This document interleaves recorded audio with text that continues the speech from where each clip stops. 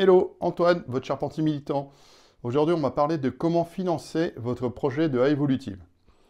Je vais être obligé de faire un petit détour économique, ça va rappeler la jeunesse à certains de mon âge, des 60 ans, quand ils étaient en Sciences Éco ou ailleurs. Mais il y a beaucoup de jeunes, j'ai constaté, qui sont passés un peu vite là-dessus. Et donc, pour bien comprendre pourquoi les banques parlent d'une certaine façon, pourquoi ils réfléchissent d'une certaine façon, et quels sont les grands équilibres que eux ils veulent. Et donc, si vous ne leur parlez pas le même langage, vous n'êtes pas dans la même dynamique qu'eux, ils se disent ok, t'as beau avoir un dossier sympa, ça va pas le faire. Alors, jusqu'à présent, on a toujours dit une évolutive, ça se finance soi-même, sauf un prêt personnel pour les 50 000 euros, qui sont les 50 000 euros de la évolutive 50-68 mètres. Ok. C'est toujours le cas, et ça reste le cas. Et ensuite, vous financez son terrain à côté, et on va vous expliquer différents aspects. Mais comprenez bien que c'est la première étape. Il y a d'autres étapes. Ensuite, on rentre dans un process qui est le process où on va utiliser des prêts immobiliers si on veut grossir, si on veut avoir plusieurs évolutives, si on veut en faire un business, quoi, pour être clair, hein, ok. Ou alors, si on veut simplement se créer un patrimoine, il y a beaucoup de retraités qui nous questionnent constamment. Là, en ce moment, ça, ça tombe tout. Alors, on y va. Alors, petite question de départ. Vous voyez, la question, elle est là. On a un système éco, il est ce qu'il est, on fait avec. Le capital, vous voyez, qui est mis entre la notation. On va pouvoir donc avoir un système éco plus un capital plus des actions par rapport à un marché immobilier qui est celui de la France. On va s'intéresser qu'à la France pour l'instant, mais je connais bien l'Espagne. Donc, et là, vous voyez, c'est un trait, et ça, c'est un trait de division. Parce que tout ça, ça va donner quelque chose. On va voir comment. Ça va être divisé par le temps, parce que le temps économique n'est pas le temps du capital, surtout sur des cycles courts par rapport au marché immobilier ou des marchés très longs, suivant quel type d'immobilier on fait. Les actions qu'on peut avoir, elles ont des répercussions sur le temps court.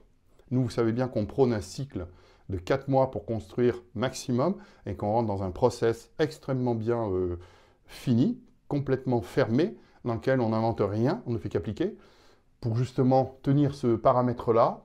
Et donc, les charges directes TVA ou indirectes d'exploitation, qu'est-ce qu'une charge directe? À chaque fois que vous allez acheter un matériel, si vous avez des artisans achètent quelque chose, ils vont vous refacturer. À chaque fois, il y a une cascade de TVA qui s'installe. Tout ça, ça coûte énormément d'argent, c'est le moins qu'on puisse dire. Et donc, les indirects, c'est les charges d'exploitation, si vous avez des locations, ce genre de choses, etc. Vous voyez, c'est un petit peu une matrice générale par rapport au marché de l'immobilier. Plus imposition très différentes et très diverses suivant les régimes qu'on prend, ce qu'on fait de la colocation, ce qu'on fait. On verra ça un petit peu plus tard. Mais quelque part, quand on prend cette petite matrice-là, on se rend tout de suite compte que la seule chose qu'on cherche à faire, c'est retrouver du cash.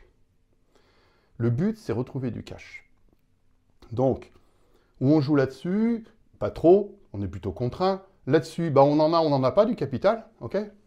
Là, on peut faire tout ce qu'on veut. Le marché, il est ce qu'il est. On peut aussi essayer de réinventer des formules et des solutions dans le marché qui sont un petit peu différentes, quand on fait de l'autoconstruction, par exemple. Le temps, il est très comprimé, donc il faut absolument pas jouer avec ce facteur-là. Les charges directes, on ne pourra rien faire.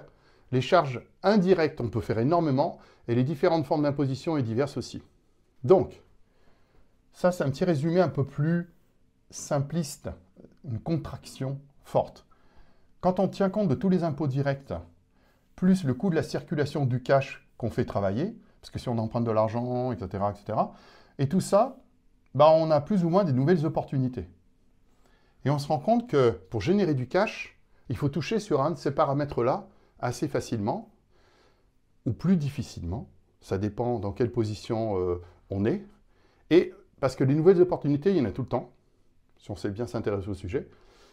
Et donc voilà, la recette pour faire du cash, c'est que quelque part, à chaque fois, on va se dire, ok, mon argent, quel retour d'investissement j'ai annuellement? Ça, vous connaissez, c'est un truc courant que tout le monde emploie. Quel est le coût d'exploitation? Quel est le coût d'amortissement? C'est exactement les mêmes questions que là, mais dites un peu différemment. Alors vous voyez, il y a une façon de le dire, il y a une façon très contractée, et il y a une façon un peu différente de le dire. Mais à chaque fois, c'est toujours la même chose. L'argent, c'est un fluide, on va à un rendement divisé par un pourcentage de risque. Point à la ligne. Et pour ça, on a la recette, c'est le capital, le travail et l'argent. Toujours pareil. Vous avez du capital? Ok, banco. Vous n'en avez pas? Bon, bah, ça va être dur. Et il va falloir vous le constituer, votre capital. Votre force de travail, que ce soit du temps ou du service, vous savez très bien que vous n'allez pas être payé en retour, que c'est un truc de fou. Vraiment, là, on est dans une situation un peu délicate, dirons-nous. Oui, j'ai envie de rire à chaque fois, mais bon, c'est comme ça. Bien. Et puis l'argent, comme c'est un fluide, en fin de compte, bah, c'est où on a de l'argent, on n'en a pas, on essaye de trouver des prêts, ok. Donc le capital, vous voyez, ça fait penser à l'oncle Picsou, ça, pour les gens de mon âge, pour les bandes dessinées. Et donc, avec oui, vous voyez très bien avec la porte jaune, hein. Ok. Et si vous avez du capital, ok, la banque, ça l'intéresse beaucoup, puisque si vous avez un capital, elle ne prend pas de risque. Parce qu'elle a une notion de couverture partielle ou fractionnaire. Ça dépend, on l'appelle, ou réserve fractionnaire, enfin, il y a plein de façons de l'appeler. Qu'est-ce que c'est que ça? C'est que les banques, quand elles prêtent de l'argent, elles ne prêtent pas leur argent, elles prêtent le vôtre, à 8%. Donc si elles ont, par exemple, 8 000 euros, elles vont pouvoir, si elles ont 100 000 euros dans leur compte en banque, elles vont pouvoir prêter 800 000 euros.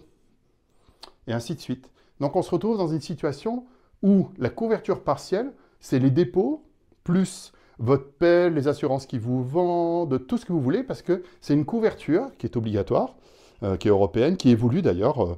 Il y a plein de règles qui viennent se rajouter, etc. Et donc, cette couverture-là régit leurs possibilités. Ils n'ont pas d'autre choix.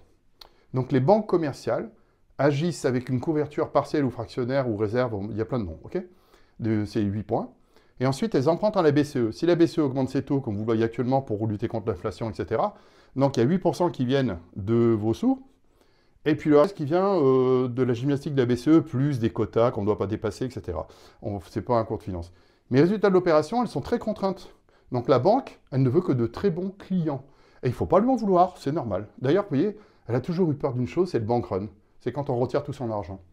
Il y a plein de systèmes qui permettent de ne pas retirer beaucoup d'argent. Parce que ça, c'est une énorme crainte. Regardez ce qui se passe actuellement au Liban, où tout le monde veut retirer son argent, mais la banque ne peut pas fournir. Bah oui, forcément. Et nous, on ne pourrait pas fournir non plus. Donc, d'ailleurs, toutes ces garanties d'État qu'on nous donne à 100 000 euros de compte, on pourrait beaucoup en discuter, mais ce n'est pas le sujet aujourd'hui. Donc, le capital, la banque, elle en a beaucoup, parce qu'elle fonctionne comme ça, et avec la BCE, avec le complément. Et donc, elle va vous le prêter. Si vous pouvez... comment vous allez accéder à ça? Parce que c'est une fluidité, donc elle va vous prêter, que vous allez générer un micro-capital, que vous réintégrez ou pas dans le vôtre, et qui rentre aussi dans la banque, et qui va faire un cercle vertueux. OK? Donc l'argent, c'est bien fluide. C'est pas avec la notion de travail que vous allez en ramasser beaucoup. Et donc, quelque part, l'argent, c'est une convention sociétale ou sociale. Convention sociétale parce que ce sont des règles de société qu'on a tous acceptées et qu'il faut respecter. Et on ne met rien en cause là-dessus. Et sociale parce qu'en fin de compte, c'est les équilibres aussi sociaux. Et on s'appelle militant, vous vous souvenez, hein? Donc, j'ai beaucoup de choses à dire là-dessus, mais ce n'est pas le moment. Bon, cette convention sociale ou sociétale, c'est pour échanger des biens et des services de toutes sortes. Moi, je ne fais pas pousser des ananas chez moi. Si j'ai envie de manger un ananas, je fais comment? Les citrons non plus, Annecy, ça ne pousse pas. Donc, il faut que je puisse en acheter. Donc, on a accepté un équilibre par tous, un système économique et des règles qui sont un petit peu évolutives, parce que les règles, différents règlements internationaux évoluent beaucoup. Et on a doté l'argent du pouvoir de créer des équilibres. Donc l'argent, c'est bien fluide. Si vous vous mettez dans cet état d'esprit, alors vous allez mieux comprendre tout ce que je vais raconter maintenant.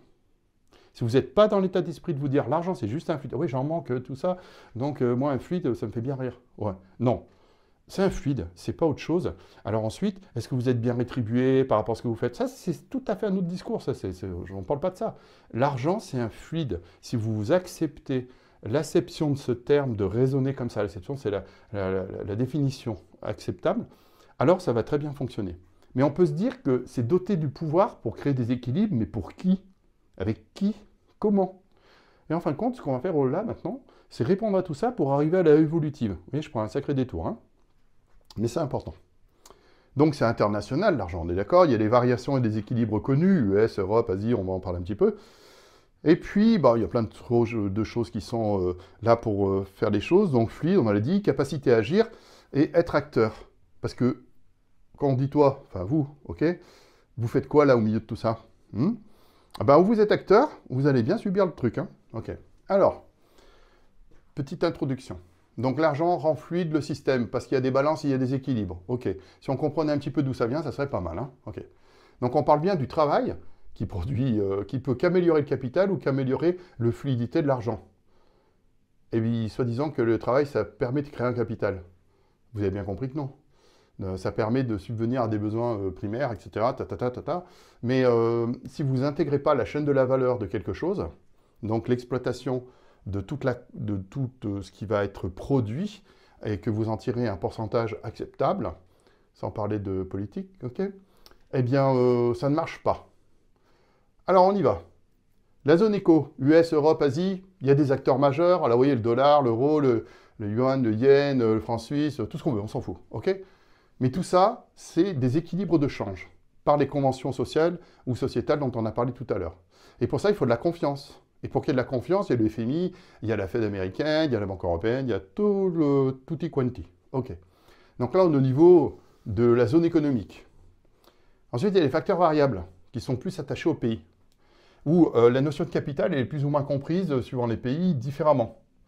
La fluidité de l'argent n'est pas la même, le travail n'est pas considéré de la même façon, n'est pas impacté de la même façon dans le taux de la valeur, etc. Tout s'ensuit. Les règles sont très différentes, les systèmes éco varient quand même pas mal. Il y a une forme de protectionnisme ou pas, etc. Donc, tout ça, c'est pour partie adaptable, c'est parce qu'il y a une flèche verte qui part dans tous les sens, et c'est souvent relié à un pays. Alors, vous voyez, si vous comparez la France et l'Allemagne, vous voyez où on en est. OK? Donc, tout ça, c'est pour dire que dans chaque zone éco, les acteurs majeurs ont des conventions et une confiance dans le système parce que et ils jouent que là-dessus, mais sont tenus quand même par cet ensemble. Donc il n'y a pas de liberté dans le système monétaire mondial. Il n'y a qu'une suite de conséquences et de décisions qui vont remonter à loin. C'est pourquoi l'histoire de ça, pourquoi il faut que je passe par 2 étapes pour vous expliquer 2 petits points d'histoire pour comprendre la philosophie dans laquelle un banquier va vous accueillir chez lui. Parce que ça fait partie de sa philosophie, c'est tout, c'est comme ça. Voilà. Les accords de Bretton Woods, en 1944, donc c'est après 1929, où il y a eu le gros clash, hein, ok. Non, on est presque à la fin de la guerre. Bon, l'Allemagne, le Japon, ils étaient mal, hein. Contrôle total d'échange. Mais ce qu'on sait moins, c'est que, s'en souvient moins, c'est que la GB était sortie de la parité or-livre, qui existait. Pourquoi? Parce qu'ils ont créé une zone sterling. Mais attendez, vous vous souvenez l'Angleterre en 1944, qu'est-ce qu'elle occupait dans le monde? C'était pas une plaisanterie, hein, ok? Donc on se retrouve avec des pays là qui commençaient à faire cavalier seul. Ça ne convenait pas du tout aux Américains. Donc la parité dollar-or, hors Russie, et vous comprenez pourquoi, parce qu'il y a un autre système social, un autre système économique, un autre système, et puis malgré qu'elle ait fait partie des gentils, bien, sans cela, pas d'équilibre possible. Donc, les Américains, en position de force en 1944, et pour protéger aussi suite à ce qu'ils ont vécu en 1929, et puis tout ce qui s'est passé en Europe, et ainsi de suite, et ils ont fait quelque chose qu'ils pensaient très bien. Bon, et ils ont créé une parité dollar-or. C'est grâce à ça qu'on a eu une très grande période de stabilité et de facilité. Donc, le protectionnisme de dur, il ne pouvait pas trop se faire, les systèmes de valeurs, elles n'étaient pas trop différentes, et on a créé le FMI. Première instance internationale qui vraiment commençait à faire quelque chose de très positif. Alors, on se retrouve donc avec un premier épisode, parité dollar-or. Ben, bien sûr que la parité des autres monnaies se faisait automatiquement. C'est évident. OK? Bon, 15-8, 1971, Nixon, fin du dollar-or. Premier coup de semonce super grave. Je me souviens que j'ai lu il n'y a pas longtemps des choses où le dollar, une once d'or valait 28, elle est passée à 48 en rien, et ensuite c'est monté à 68, enfin ça a déséquilibré absolument tout dans le monde entier. Parce que bien sûr les réserves étaient en or. Donc ok, fin du dollar or. En 73, alors là on a encore mis une grosse couche de dérégulation monétaire, c'est devenu même une anarchie monétaire, hein. C'est comme ça que je le vois moi, mais là il y a une connotation personnelle. Ok. Tout ça, ça a permis de doper les économies, de stratifier des positions qui étaient à l'avantage des Américains puis d'autres personnes. Bon. Et on a créé un nouveau cycle, d'accord? Mais on a aussi préparé toutes les futures crises monétaires et tout ce qui s'ensuit. Et où on vit là actuellement, ça a commencé là, ok? C'est vraiment là.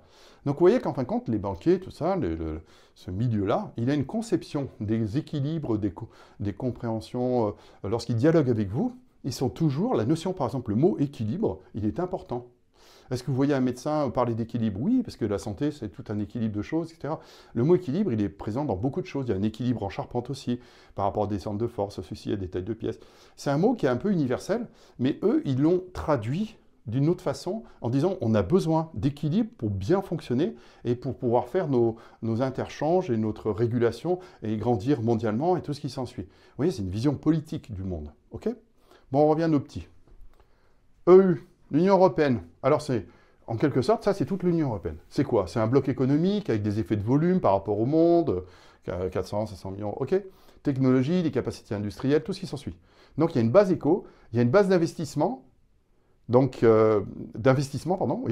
qui, avec un système complet d'infrastructures, aéroports, machin, hein, système éducatif, hospitalier, et tout ça tout ça a coûté énormément d'argent, c'est constitué avec le temps, etc. Bon, il y a une base immobilière complète, avec une qualité de logement, avec une industrie spécifique pour les logements, etc., etc.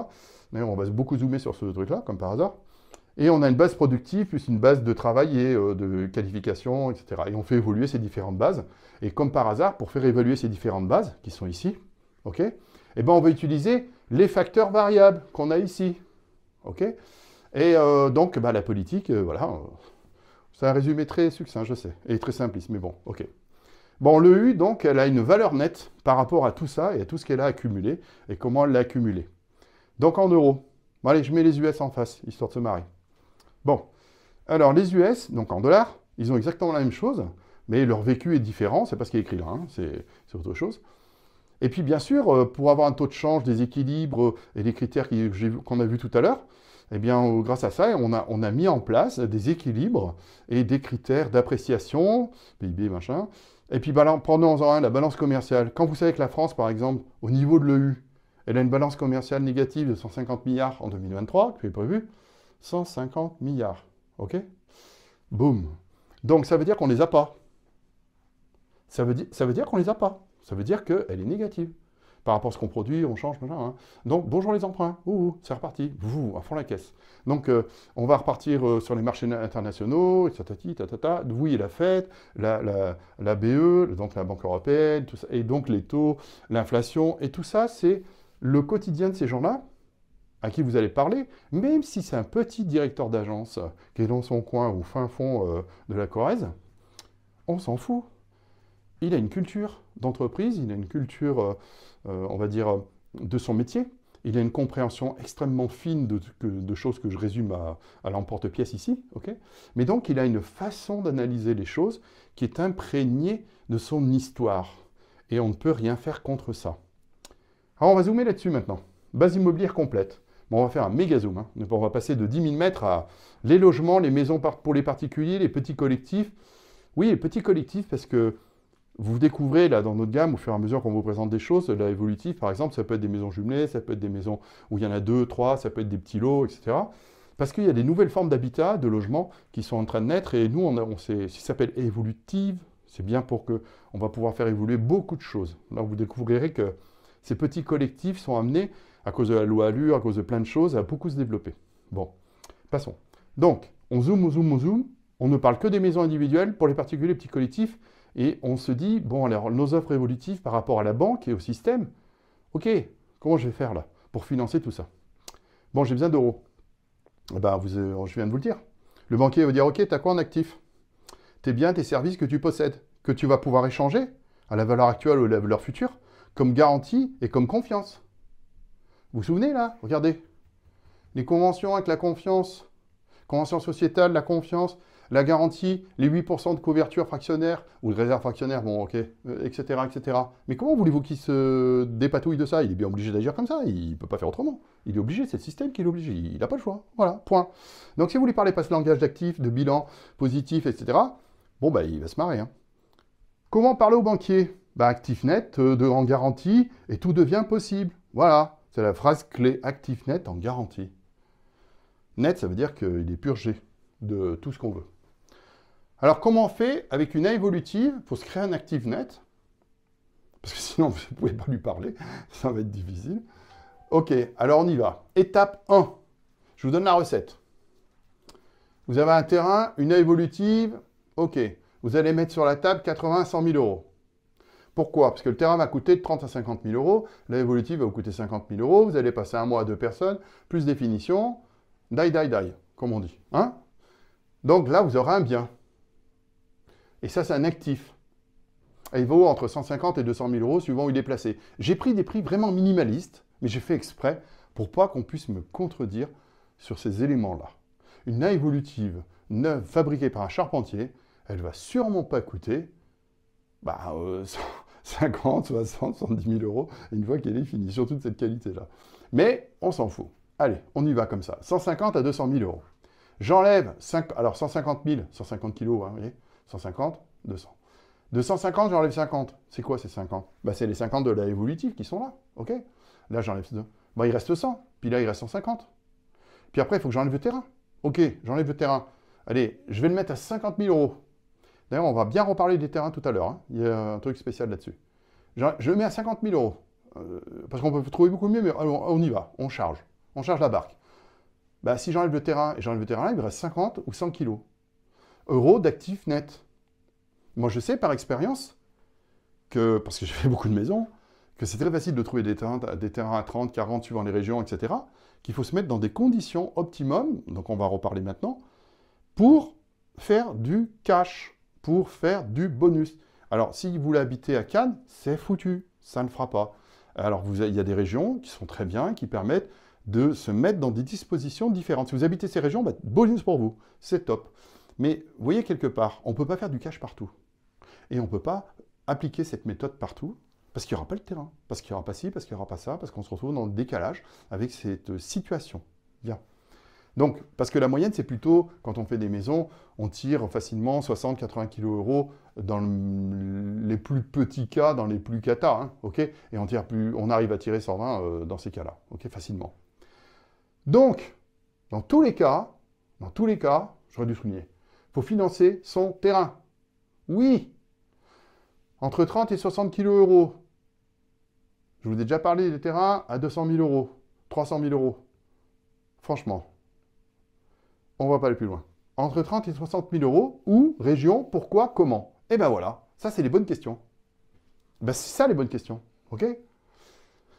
Je ne veux pas vous obliger à aller habiter dans le Morvan, dans le Jura, en Bretagne, en Normandie, dans le bassin aquitain, mais un petit peu éloigné. J'ai pas dit ça, hein? Ok. Vers Foix, dans le Lot-et-Garonne, je ne sais pas, on s'en fout. Okay, voilà, vous m'avez très bien compris. Hein. Je vous dis simplement que si vous êtes dans une démarche où vous avez fait l'effort de bien comprendre ce que vous devez faire et comment vous voulez le faire, que vous adhérez à nos principes, à nos valeurs, parce que vous vous dites « Ok, je vais me prendre en main », eh bien peut-être, comme on a eu quelqu'un au téléphone dernièrement qui est à côté de Grenoble, la personne se dit « Ok, moi, je suis originaire du Morvan. J'adore mon coin. Peut-être que je vais retourner... Il y a une autre personne qui parlait ouais, je parle souvent de la Bretagne. Bon, tant pis, de la Bretagne. Bon, je vais prendre la personne du Morvan. Elle dit, ok, peut-être que je vais retourner le Morvan, parce qu'elle a vu des terrains, j'en ai discuté ensemble, comme vous savez, on échange avec eux, ok. Et il est pas mal son terrain, hein. 23 000 euros. Ouf. Bon, il est petit, mais ça suffit pour faire un premier jump, un premier pas, qui va lui permettre, en fin de compte, de se générer et de se mettre en situation. Est-ce qu'elle a du job là-bas? Est-ce qu'elle a... Eh bien, elle est en train de reconditionner sa vie, cette personne. Elle est en train de modifier sa vie pour avoir pas mal de télétravail et pour... parce qu'elle a les capacités pour, hein, ok? Eh bien, tout simplement faire très différemment. Et puis, elle sait qu'il faut faire un emprunt de 50 000 euros parce que le terrain va pouvoir le payer. Elle sait qu'il faut faire un emprunt de 50 000 euros il faut être en CDI, il faut certaines conditions pour pouvoir se faire accepter cette chose-là, ok, par la banque, en prêt personnel. Donc, elle veille à bien respecter toutes ces conditions et elle va faire son premier jump. Et quand elle aura fait son premier jump, donc où, région, pourquoi, comment, on vous en reparlera. Hein. On va vous faire des exemples, voilà. Parce qu'on m'a dit, ouais, donnez-nous des exemples. Bon, je donne des exemples, après les gens, ils me disent, ah, j'ai déménagé là-bas. Je dis, mais il faut peut-être réfléchir un petit peu plus quand même. Hein. Voilà, il faut prendre un peu plus de temps. Ok. Bon alors, vous avez compris qu'il y a une clé là, qui est super importante, c'est tout. Et puis cette clé, elle va s'éteindre assez rapidement. Vous avez vu ce que j'ai dit sur la viabilisation hier. Ouais, c'est un peu chaud. Alors, étape 2. Ok. Donc, où vous avez 50 000 euros d'actifs net, ou vous avez 100 000 euros. Vous voyez, j'ai pris le cas où vous vendez. On prendra le cas où vous louez après. Ouais, vous allez voir que c'est plus intéressant. Allez, je vends. Boum. Petite chose. Résidence principale, vous l'occupez 8 mois. Alerte rouge, gyrophare. Quand on fait ça, il ne faut pas se faire requalifier en marchand de biens ou se retrouver embêté par les impôts. Donc, on fait vraiment les choses dans les règles. On déménage pour de vrai, on fait la totale, assurance, machin, on le fait en vrai. On consomme son eau, son électricité, croyez-moi, il vérifie tout. Et on respecte les règles. S'il y a des avantages, il y a des règles. Et ben on respecte les règles, c'est tout, voilà, c'est pas compliqué. Donc ça veut dire que résidence principale, on y habite quand même 8, 9 mois. Vous savez, il y a une jurisprudence là-dessus, on vous renseignera là-dessus si vous voulez, mais il y a quand même plein d'éléments. Il faut faire les choses comme il faut si vous voulez revendre. Vous verrez qu'avec la location, c'est même plus intéressant. Mais bon, ok, on parle d'abord de vente. Donc, on respecte les choses, on respecte le cadre légal, on ne fait pas... hein, ok, bon. Donc, on a 50 000 d'actifs nets ou 100 000, suivant comment on a joué. Hein. Donc, si j'ai 100 000, qu'est-ce qui se passe d'après vous? Bah, je fais une deuxième opération. La deuxième opération, elle va m'amener à 200. La première opération, la deuxième opération à 50 va m'amener à 100. Donc toujours le choix du terrain, la région, le mode vente ou location. Là, j'ai parlé de vente. Donc, vous voyez qu'en fin de compte, en 2 tours de roue, on peut se retrouver... combien d'années d'économie, là, vous allez mettre pour faire 100 ou 200 kilos? Ça va être chaud. Hein. Donc, si on loue, et je vous rappelle tout à l'heure que je vous ai montré, enfin, je vous montrerai plus tard, pardon, non, je ne vous l'ai pas dit, que quand je dis le terme de location, c'est le terme de valorisation du bien sous différentes formes. Et on va prendre la forme la plus pénalisée, ok, pour que ça soit clair. Donc, 50 000 euros, vous vous souvenez, mais des précédentes vidéos, c'est 891 euros par mois égale le loyer. Bon, 900 euros le loyer, ok. Donc, je vais voir la banque, je dis, ok, salut, j'ai emprunté 50 000, j'ai un actif net de 150 à 200 000 euros, mais j'ai un loyer de 900 euros qui rentre, qui paye mes 50 000 sur 5 ans. Crédit restant, 5 ans, 30% de 150 000, ça fait 50 000. À ce moment-là, l'actif net, 150 000, j'ai pris le cas le plus pénalisant, 30%, on est d'accord, de taux d'endettement, machin, hein, ok. Ça ne s'applique pas vraiment dans ce sens-là, mais on va le faire. Ça couvre ça. Et vous n'avez pas tapé dans vos 30% du taux d'endettement. Donc, résultat, vous avez un actif net de 150 000 ou 200 000. Quand vous allez voir la banque et vous lui dites « je vous laisse cette maison en caution », en garantie, toujours la confiance, la garantie, l'actif net, machin, ça, c'est couvert par ça. Si jamais il faut revendre, donc en fin de compte, le risque de la banque, il est de 50 000 euros. Il n'est pas de plus. Et vous dites « je veux un prêt de 150 000 ». Et là, c'est un prêt immobilier.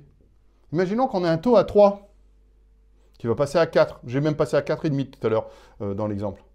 Et vous allez me dire, ouh là là, mais attends Antoine, est-ce que j'ai de la rentabilité là? Parce que là, ça commence à être chaud. Hein. Eh bien, réponse. Si j'ai 150 000, je fais un terrain, plus 2 évolutives jumelées. Garage, plus autres, etc. Et dans les cartons, on a tout. Ben, ça, c'est une maison, garage, non jumelée. L'autre jumelée, elle est là. Hein. Mais on peut la jumeler par un sas ici. Enfin, vous allez découvrir que ce triangle, plus les modules qu'on rajoute, il y a 6 modules différents, on en parlera pendant les vacances de Noël, là. Bah, ça nous permet de faire un petit peu tout ce qu'on veut. Mais on garde toujours l'histoire de on construit d'abord la structure, on rajoute des modules, on enlève certaines parties pour passer en passage intérieur, et comme ça va super vite et c'est super fiable. Okay, donc, elle existe déjà. Hein. Bon. Donc, on est avec terrain plus ça évolutive jumelé. Donc, qu'est-ce qui se passe là? Bah, je me retrouve avec une maison qui vaut un certain prix, on est d'accord. Parce que c'est un actif, je peux même demander un différé de remboursement de 6 mois, de 12 mois, ça dépend. Si j'ai déjà consommé un peu les 50 ou pas en remboursement.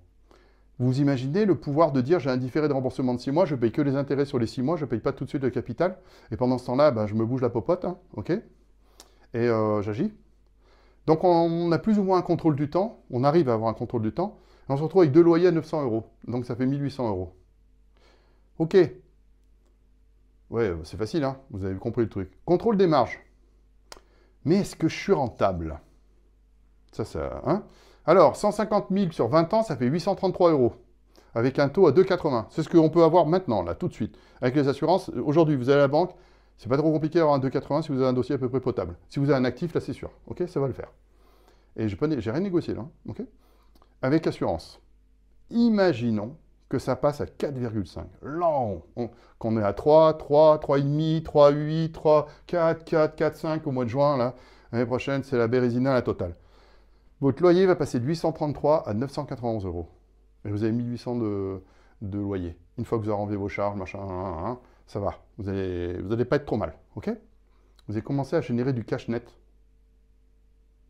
Alors que vous avez un actif net, mais vous avez emprunté et qu'il est cautionné. Commence à devenir intéressant. Hein. Allez, 150 000 sur 15 ans. Ça, c'est la bonne.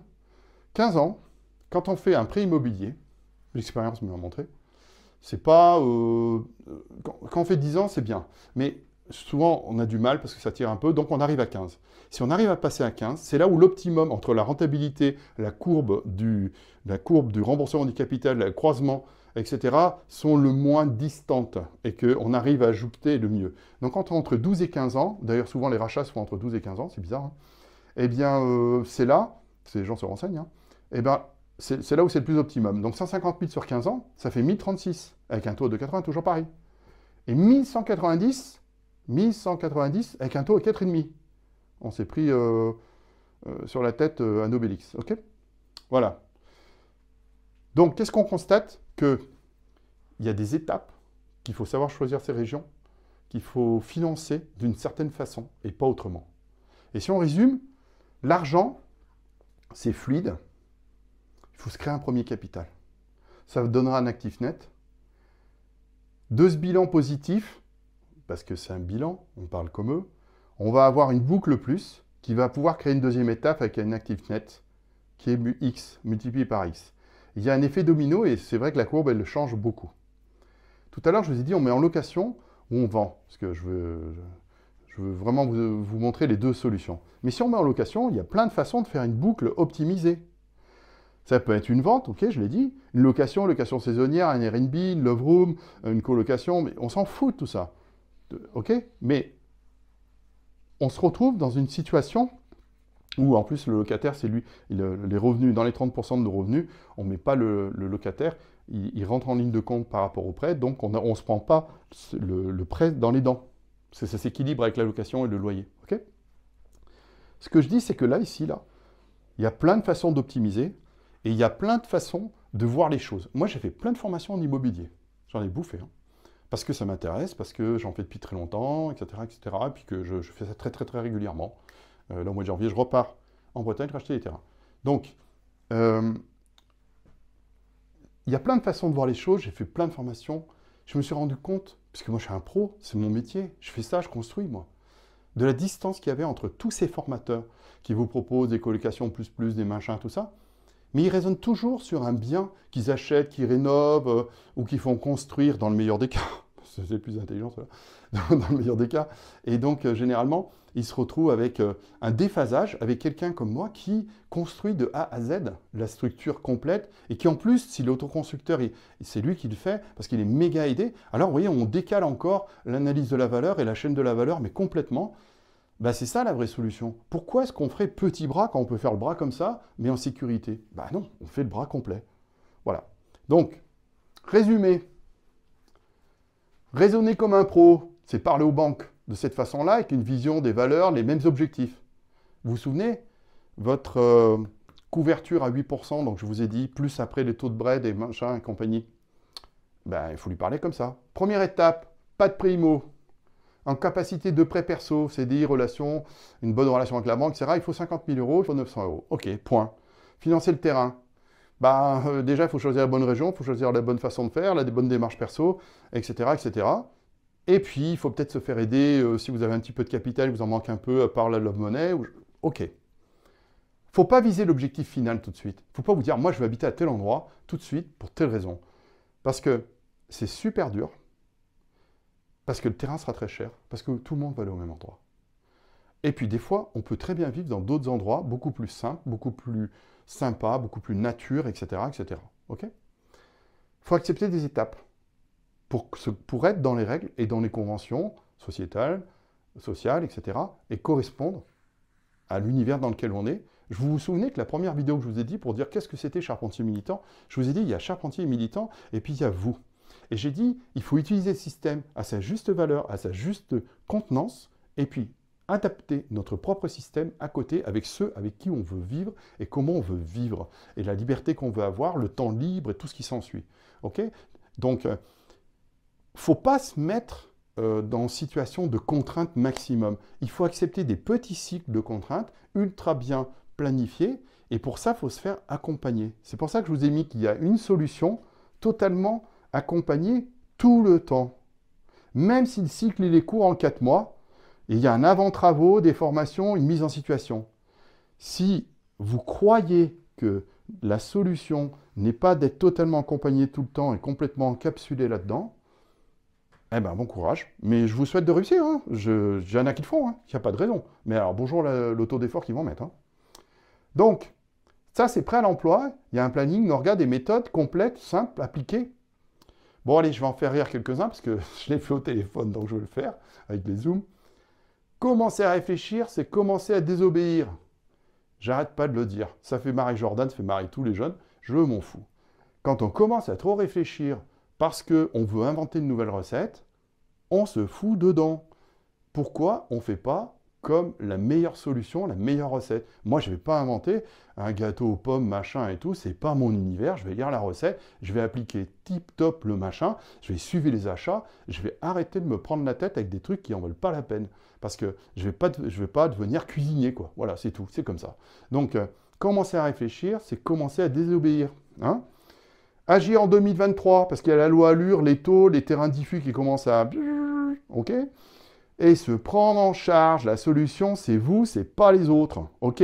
Donc, est-ce que vous voulez vraiment changer votre demain pour vous? C'est pourquoi, parce qu'on a eu beaucoup de demandes, c'est pourquoi on va vous préparer une petite vidéo pour vous expliquer exactement ce qu'on attend de vous. Bon, il faut que vous ayez regardé tout un tas de vidéos, un tas de trucs et tout. Jordan est en train de préparer un super truc pour un questionnaire, tout ça, parce que sinon on est... hein, ok, voilà. Et à partir de ce moment-là, on va vous demander même de rédiger un petit checklist, en fin de compte, pourquoi vous voulez rentrer dans ce process, etc. Mais c'est pas pour vous contraindre, hein, c'est juste pour vous aider. Pour vous aider à prendre le temps de bien quantifier tout ça. Voilà, ok? Voilà, alors la finance, comment financer son projet évolutif? Bon, bah, vous voyez, il faut avoir une attitude qui correspond au modèle social dans lequel on est et aux banques. Il faut avoir des réflexes qui sont les leurs. Il faut parler leur langage. Et il faut rentrer dans le process en étant juste. C'est-à-dire qu'il ne faut pas être en décalage, parce que sinon ça ne marche pas. Et puis il faut vous poser vraiment la question, parce que là je vois tout ce qui nous arrive dessus. On ne peut pas tous venir habiter à côté de Cannes, ok? Ou Aix-en-Provence, ou voilà. Parce que malheureusement, il n'y a plus de terrain, où ils sont ultra chers, où ils sont. Il y a plein d'endroits où on va trouver des alternatives intéressantes, même dans la vallée du Rhône, etc. C'est comme ça. Voilà. Alors, financer son projet, c'est pas compliqué quand on suit le process. Allez, à bientôt.